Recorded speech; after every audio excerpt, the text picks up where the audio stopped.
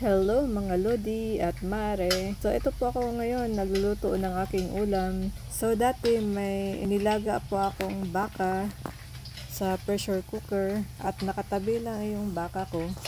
Kaya nirecycle ko po siya. So gagawin ko po siyang ibang putahe yung aking baka. So unang-una nagprito po ako ng patatas.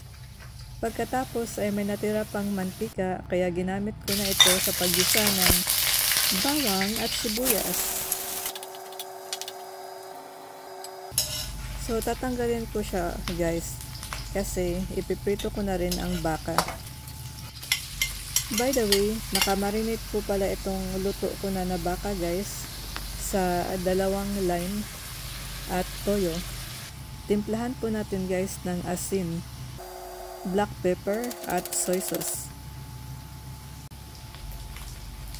After 20 minutes ay binalikan ko ang aking baka. Medyo na-overcook ko po siya ng konti, naging tutong. Kasi napalakas po pala yung apoy ko. So ibang version po ng beef steak itong ginagawa ko guys. Kasi gusto ko siya may gulay. Kaya nilalagyan ko siya ng capsicum or bell pepper para pang dagdag ng sarap. At may gulay pa na patatas. So linod ko na yung sibuyas at bawang na niluto natin kanina. At dinagdagan ko pa ng tubig na galing natin sa pressure cooker na paglaga ng baka.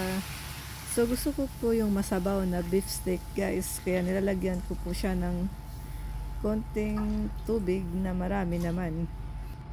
Para may mahigop po tayong konting sabaw. At so pakuluan lang natin ng konti guys. At tada! May ulam na ako guys. Thank you for watching.